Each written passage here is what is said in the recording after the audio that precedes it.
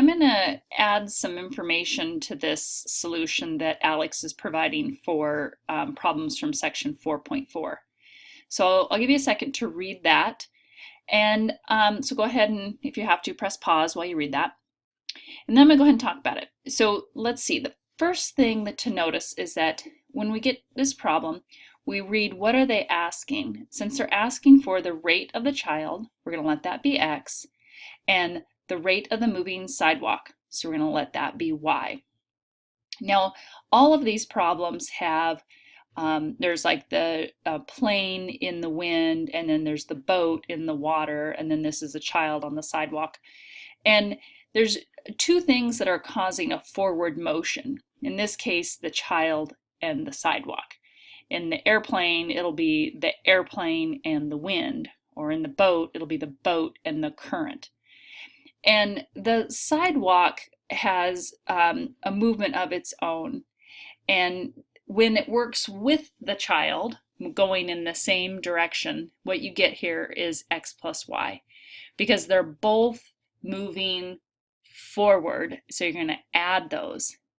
Now, the other one, when the child is going the other direction, when the child's moving against the sidewalk's motion, what you have is the child's rate here, and then because he's going against the sidewalk, that gets subtracted.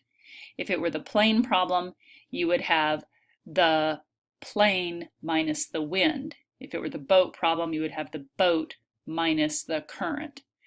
And we know the relationship between rate, distance, and time here.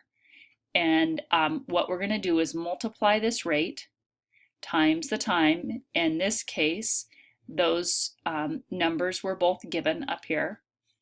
And we're going to multiply them, and then you get 36, multiply them, and you get 108. But in fact, if you look at the computation, what's a little bit more slick is to divide by 9. Then you have x minus y is 4. Divide by 9, you have x plus y is 12. I think most students right there want to distribute, and in the end you would get the same answer. So to solve this without the graphing calculator, which I think is really the way you should do it, you're going to have the x minus y equals 4 and x plus y equals 12. And here, one second, I'll show you the work on paper. Okay, there you go. I was able to figure out how to do that on the screen. So you can see without the graphing calculator, this is actually pretty easy to do. And that x was the, there you go, that x was the value for the child on the sidewalk. And then how they get the 4 feet per second for the, excuse me, that was the rate of the child not on the sidewalk.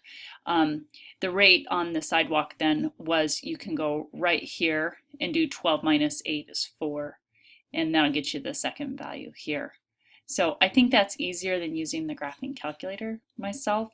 And also, the calculator in general isn't as accurate, so it's really not the best way to do it, even though Alex suggests it.